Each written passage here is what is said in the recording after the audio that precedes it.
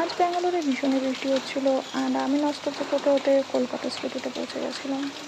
তো গ্যালারিটা স্ক্রোল করছিলাম, সেখানে কিছু ভিডিও পেলাম, তো সেটাই তোমাদের দেখাচ্ছি। সেদিন আমি ভীষণই খুশি ছিলাম, ভীষণই। তো প্রথমে অফিসে যাই, অফিস কমপ্লিট করি, দেন রুম থেকে রেডি হয়ে চলে গেলাম ব্যাঙ্গালোর এয়ারপোর্টের দিকে। ওটা এত দূর, প্রতিবারের মতো এবারেও আমার কোমরটা ভেঙে গেছিলো পৌঁছাতে পৌঁছাতে। শেষমেশ তো একটা মিরর সেলফি নিতেই হবে, সেটাই আমি চট করে নিয়ে ফেললাম।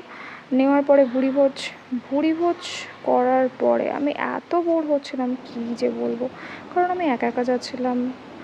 তো কানেক্টিভ ফ্লাইটও ছিল, তো পৌঁছে গেলাম সেই চেন্নাই প্রথমে। তো চেন্নাইয়ে এত সুন্দর সুন্দর আর্ট আছে, না দেখলে বুঝতেই পারবে না। কিছু দেখালাম। চেন্নাই থেকে পৌঁছে গেলাম কলকাতার ফ্লাইটে, অ্যান্ড কলকাতার রাতটা সত্যিই দুর্দান্ত। কখন যে ঘুমিয়ে পড়েছিলাম জানি না।